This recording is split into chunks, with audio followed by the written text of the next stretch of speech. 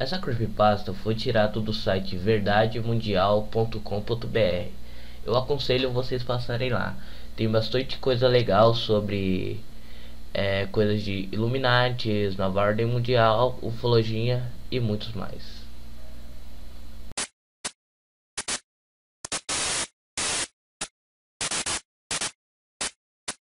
O experimento russo do sono. Pesquisadores russos, no fim dos anos 40, deixaram 5 pessoas acordadas por 15 dias, usando para isso um gás experimental estimulante. Eles foram mantidos em um ambiente selado, monitorando o gás e monitorando o oxigênio deles, para que o gás não os matasse, já que possuía altos níveis de toxinas concentradas. Para observá-los, havia um circuito interno de câmeras, com microfones de 5 polegadas e pequenas janelas de vigias.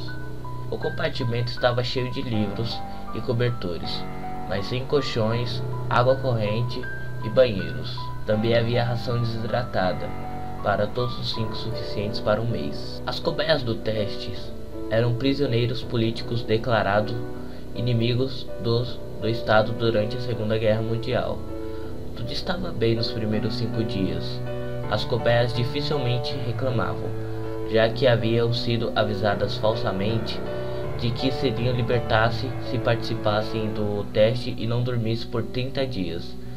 Suas conversas e atividades eram monitoradas, e foi notado que elas conversavam constantemente sobre o incidente traumáticos no passado, sendo que o tom geral da conversa tomou um tom sombrio a partir do 4º dia. Depois de 5 dias, as cobaias começaram a reclamar das circunstâncias e eventos que trouxeram a atual e começaram a demonstrar paranoia severa. Elas pararam de se falar umas com as outras e começaram a sussurrar alternadamente nos microfones e bater nas janelas. Estranhamente, eles passavam o que poderiam conseguir a confiança dos cientistas ao se tornarem colegas e tentavam conquistá-lo. No começo, os pesquisadores suspeitavam que se tratava de algum efeito secundário do gás. Depois de 9 dias, um deles começou a gritar. Corria por toda a extensão da câmera gritando em plenos pulmões por 3 horas seguidas. Ele continuou a gritar, mas depois de algum tempo só conseguia produzir grunhidos. Os pesquisadores acreditaram que ele conseguiria facilmente romper as próprias cordas vocais. O mais surpreendente nesse comportamento foi que os outros reagiram a ele. Ou melhor, não reagiram. Eles continuaram a sussurrar nos microfones até que finalmente outro prisioneiro começou a gritar. Os que não gritavam pegavam os livros disponíveis e arrancavam página atrás de página e começaram a colar sobre o vidro usando as próprias fezes. Os gritos longos pararam, mas 3 dias se passaram. Os pesquisadores checavam o microfone de hora em hora para ter certeza que estavam funcionando, já que pensavam ser impossível que 5 pessoas naquelas condições não poderiam estar em total silêncio. O consumo de oxigênio indicava que as pessoas ainda estavam vivas. Na verdade, acontecera um aumento incidente de oxigênio, indicando um nível condizente ao consumo após o exercício pesado. Na manhã do 14º dia, os pesquisadores usaram um interfone dentro da câmera, esperando alguma reação dos prisioneiros que estavam dando sinais de vida. Os cientistas acreditaram que eles estavam mortos ou vegetando. Estamos abrindo a câmera para testar os microfones. Fiquem longe da porta, ou deitem no chão ou atiraremos. A colaboração dará um de vocês a liberdade imediata, explicou um dos cientistas. Alguém respondeu calmamente em uma única frase: não queremos mais sair. Discussões se iniciaram entre os pesquisadores e as forças militares que idealizaram a experiência. Não obtendo mais resposta alguma através do interfone, foi finalmente decidido abrir a porta à meia-noite. Do 15º dia. O gás estimulante foi retirado da câmera e substituído por um ar fresco. Imediatamente, vozes vindas dos microfones começaram a reclamar. 3 vozes diferentes imploravam pela volta do gás, como se pedisse para que poupasse a vida de alguém que amassem. A câmera foi aberta, os soldados entraram para retirar as cobaias. Elas começaram a gritar mais alto do que nunca. O mesmo fizeram os soldados quando viram o que tinha dentro. 4 das 5 cobaias estavam vivas, embora ninguém pudesse descrever o estado deles como vivos. As reações a partir do 5º dia não haviam sido tocadas. Havia pedaços de carne vindas do peito e das pernas tampando o ralo no centro da câmera, bloqueando e deixando 4 polegadas de água acumulada no chão.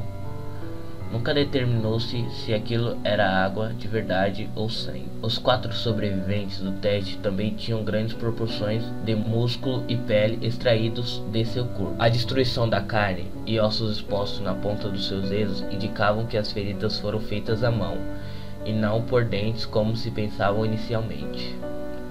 Um exame mais detalhado na posição das feridas indicou que alguns, se não todos, os ferimentos foram auto-induzidos. Os órgãos abdominais abaixo da costela das 4 cobaias haviam sido removidos, enquanto o coração e pulmões e diafragma estavam no lugar. A pele e a maioria dos órgãos ligados à costela haviam sido estirados, expondo os pulmões através dela. Todos os vasos sanguíneos e órgãos remanescentes permaneceram intactos.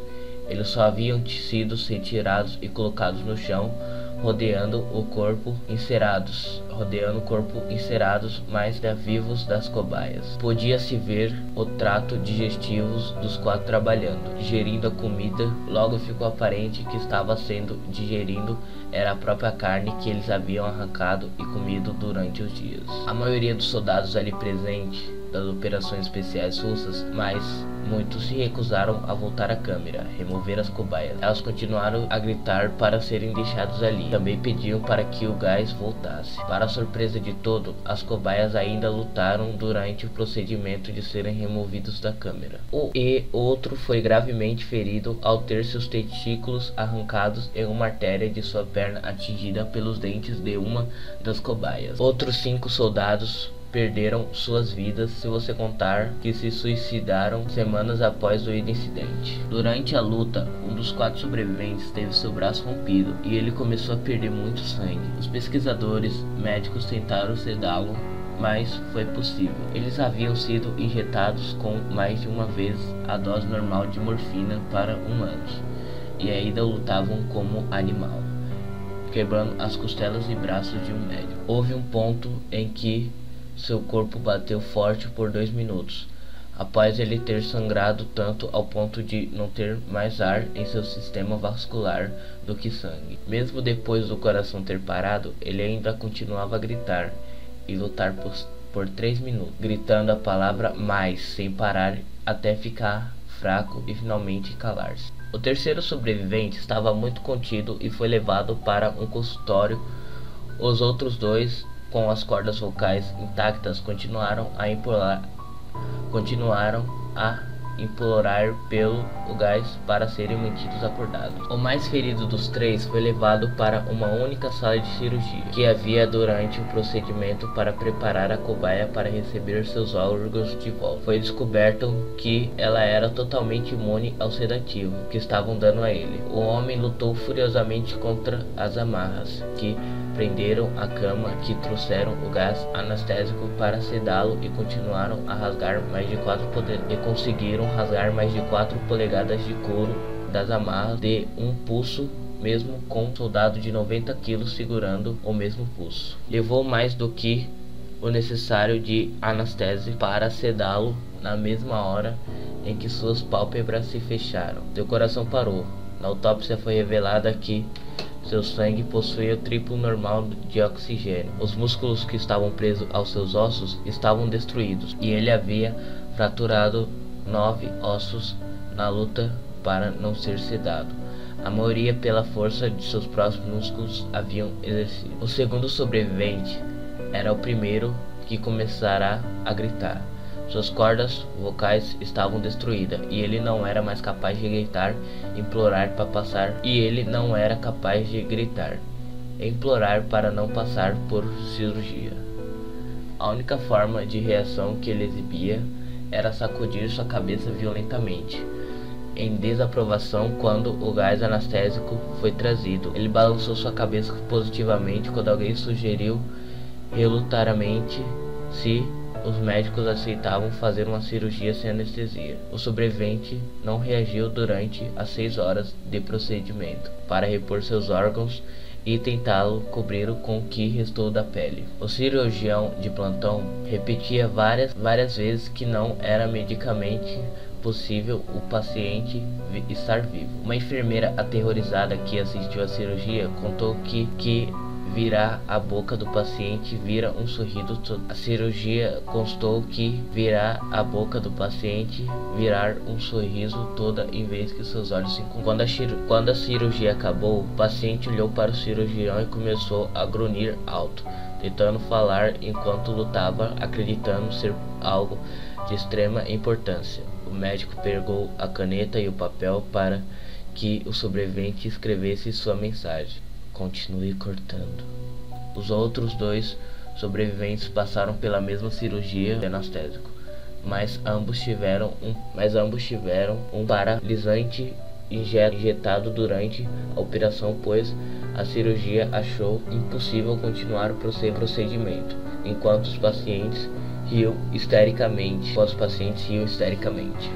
Uma vez paralisados, as cobaias só podiam acompanhar o procedimento com os olhos, mas logo o efeito do paralisamento passou e em questão de segundos eles começaram a lutar contra as amarras. Quando perceberam que podiam falar novamente, começaram a pedir pelo gás estimulante.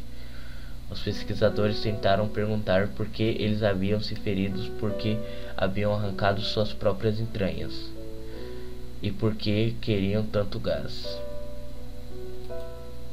Uma única resposta foi dada: eu preciso ficar acordado.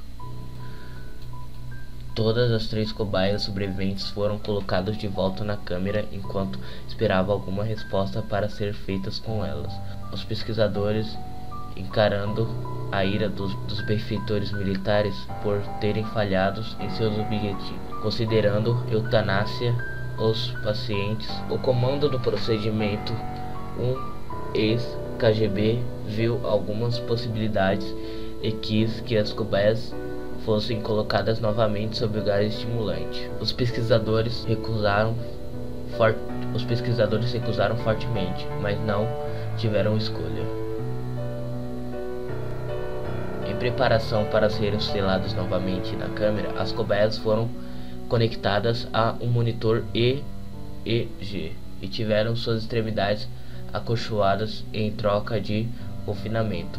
Para a surpresa de todos, os 3 pararam de lutar assim que souberam que seriam colocados de volta ao gás. Era óbvio até aquele ponto que os 3 estavam lutando para ficarem acordados. Um dos sobreviventes que podiam falar estava cantarolando alto e continuosamente. A cobaia calada estava tentando soltar suas pernas das amarras com toda a força.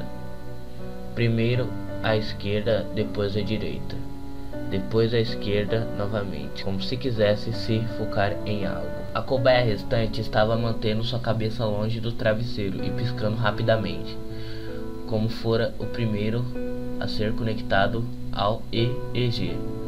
A maioria dos pesquisadores estavam monitorando suas ondas cerebrais. Elas estavam normais na maioria das vezes, mas às vezes se tornavam uma linha reta, sem explicação. Era como se eles estivessem sofrendo mortes cerebrais constantes. Enquanto se focavam no papel que o monitor soltava, apenas uma enfermeira viu os olhos do paciente se fecharem assim que sua cabeça atingiu o travesseiro. Suas ondas cerebrais mudaram para aquelas de sono profundo, e então se tornasse uma linha reta pela última vez, enquanto seu coração parava na mesma hora. A única cobaia que podia falar começou a gritar. Suas ondas cerebrais mostravam as mesmas linhas retas que os pacientes que acabara de morrer. O comandante deu a ordem para ser selado dentro da câmara com 2 cobaias e mais 3 pesquisadores. Assim que entraram na câmara, um dos pesquisadores pegou a arma e atirou entre seus olhos do comandante. Depois voltou para a cobaia muda e também atirou em sua cabeça. Ele apontou sua arma para o paciente restante e ainda preso na cama enquanto os outros pesquisadores saíam da sala. Eu não quero ficar preso aqui com essas coisas, não com você, ele gritou para o homem amarrado. O que é você? Ele ordenou. Eu preciso saber. Você se esqueceu? O paciente perguntou. Nós somos você, nós somos a loucura que vaga em todos vocês, implorando para sermos soltos, toda vez dentro de sua mente animal. Todos somos aquilo de que vocês se escondem em suas camas toda noite. Nós somos aquilo que vocês cedam no silêncio e paralisam quando vocês atingem o paraíso noturno, a qual não pode sair. O pesquisador ficou quieto, então mirou no coração do paciente e atirou. O EEG tornou-se uma linha reta enquanto o paciente gaguejava, tão perto, livre.